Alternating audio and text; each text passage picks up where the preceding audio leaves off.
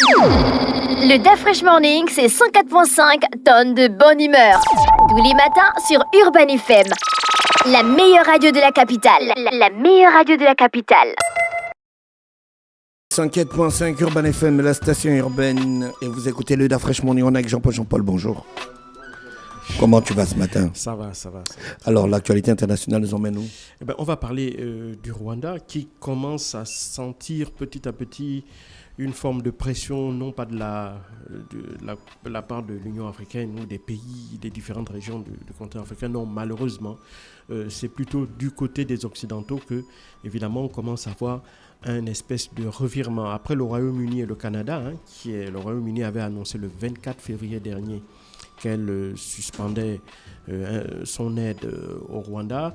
Il faut savoir que le Canada aussi a fait savoir que elle allait suspendre également toutes les aides qu'elle apportait au Rwanda.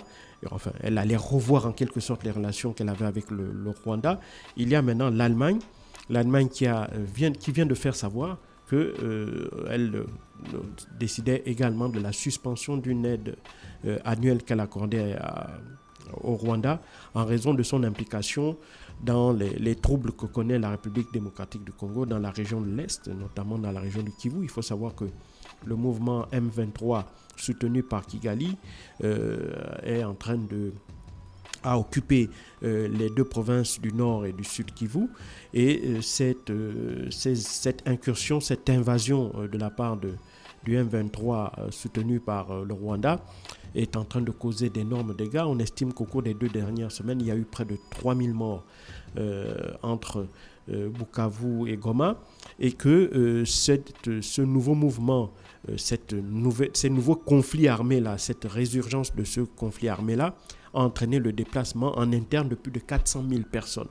Et donc tout ça, évidemment, au vu et au su de la communauté internationale, puisque les Nations Unies ont fait plusieurs rapports dans lesquels ils pointent clairement l'implication du Rwanda, l'implication de Paul Kagame et de son gouvernement dans les troubles qui sont en train de se passer dans cette situation extrêmement dramatique d'un point de vue humanitaire, d'un point de vue économique, d'un point de vue politique dans l'Est de la République démocratique du Congo. Alors, le gouvernement allemand a fait savoir qu'elle arrêtait le versement d'une enveloppe globale annuelle de 50 millions d'euros.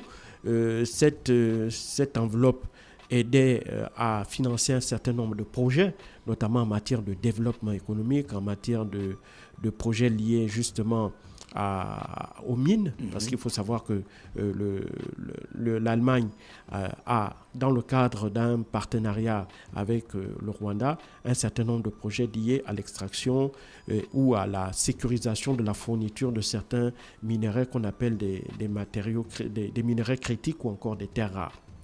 Et donc, cette enveloppe annuelle de 50 millions d'euros est suspendue, comme je venais de le dire, parce que l'Allemagne estime que le Rwanda est responsable de ce qui se passe à l'est de la République du Congo et demande justement à arrêter son soutien au M23. Donc, je le disais que cette décision de l'Allemagne vient dans la foulée vient dans la foulée après la décision prise par les autorités canadiennes qu'ils estimaient que le Rwanda, bien entendu, est responsable de ce qui se passe dans l'Est de la République démocratique du Congo. Et il faut savoir qu'Ottawa a donc décidé, outre la suspension d'une aide financière, mais également la suspension des licences d'exportation des marchandises et des technologies contrôlées vers le Rwanda, et également l'arrêt de toute nouvelle activité commerciale avec le gouvernement de Kigali.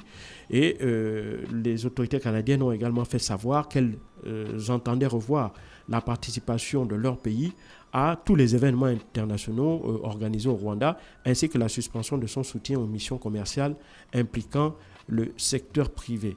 Il faut également savoir que, à côté, comme je le disais, du Royaume-Uni et du Canada puis de l'Allemagne, il faut aussi se rappeler que le 24 février dernier, l'Union européenne avait annoncé la suspension de ses consultations en matière de défense avec le Rwanda.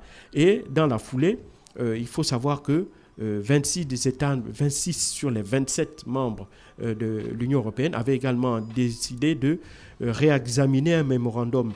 C'est le mémorandum d'entente sur les matières premières stratégiques que l'Union européenne avait justement signé avec le gouvernement rwandais en février de l'année dernière.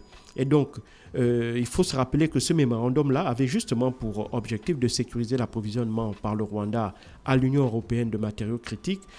Ces matériaux critiques dont on parle énormément aujourd'hui, à savoir le coltan ou bien d'autres sources stratégiques, sources qui sont susceptibles de soutenir le développement durable et la transition énergétique qui est un enjeu stratégique en Europe. Et donc, de ce point de vue-là, le Rwanda avait une place privilégiée dans les relations que l'Union européenne entretenait avec les pays africains.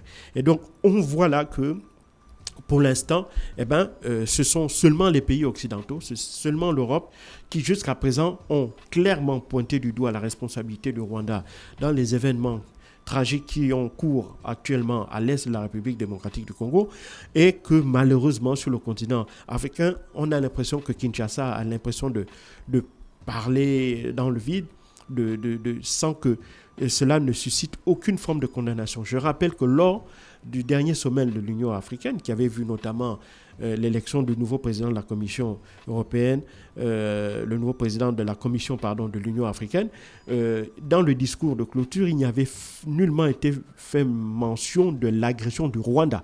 Tout au plus, on parlait d'événements qui avaient des conséquences tragiques sur le plan humanitaire à l'est de la République démocratique du Congo, mais à aucun moment on n'avait cité ni le M23 ni le Rwanda, alors que c'est documenté au niveau des Nations Unies qui sont présents sur place par le biais de la mission de sécurisation la mission des Nations Unies de sécurisation du Congo, la MINUSCO, dont la secrétaire exécutive a fait toute une série de rapports qui ont été repris par M.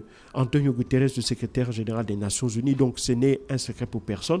Pour les Nations Unies qui sont sur place depuis plus de 30 ans, il est clair que ce soit le Rwanda qui soit responsable des événements auxquels on assiste impuissant à l'est de la République du Congo. Et on espère maintenant que le fait que l'Allemagne se soit ajoutée dans la petite liste de pays qui ont décidé de prendre des sanctions, notamment des sanctions pécuniaires vis-à-vis de Rwanda, va peut-être inciter les autres pays africains à une espèce de sursaut dans le sens où ils pourraient essayer de mettre de côté peut-être leur relation politique avec le Rwanda et de pointer du doigt, évidemment, les agissements que ce pays-là a vis-à-vis de son voisin.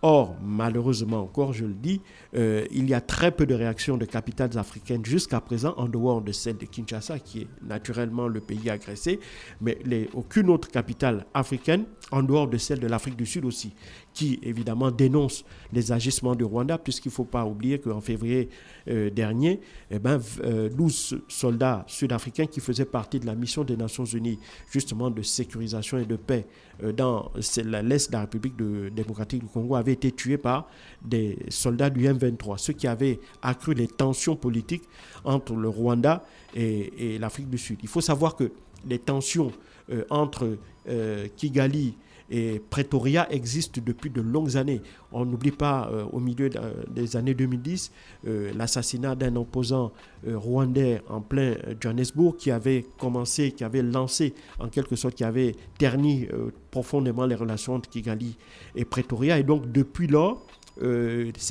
ces tensions n'ont cessé de croître. Et donc, le dernier événement en date avec la disparition tragique des 12 soldats sud-africains à l'est de la République démocratique du Congo n'a fait que exacerber évidemment ces tensions qui existent déjà depuis de nombreuses années. Donc, en dehors de l'Afrique du Sud et de la République démocratique du Congo, aucune autre capitale africaine n'a pris le soin ni de condamner, ni de proposer des sanctions, et encore moins de demander à ce que, tout au plus, ces quelques capitales ont appelé les parties belligérantes à faire preuve d'humanisme en privilégiant des solutions pacifiques par l'utilisation de voies diplomatiques. Mais en dehors de ça, on constate encore malheureusement que pour l'instant, seuls les pays hors continent africain ont pour l'instant pris de vraies sanctions à l'encontre du Rwanda. Merci Jean-Paul qui revenait sur l'actualité internationale ce matin dans le DAF Fresh Morning. On était du côté du Rwanda. Le DAF Fresh Morning, c'est 104.5 tonnes de bonne humeur. Tous les matins sur Urban FM. La meilleure radio de la capitale. La meilleure radio de la capitale.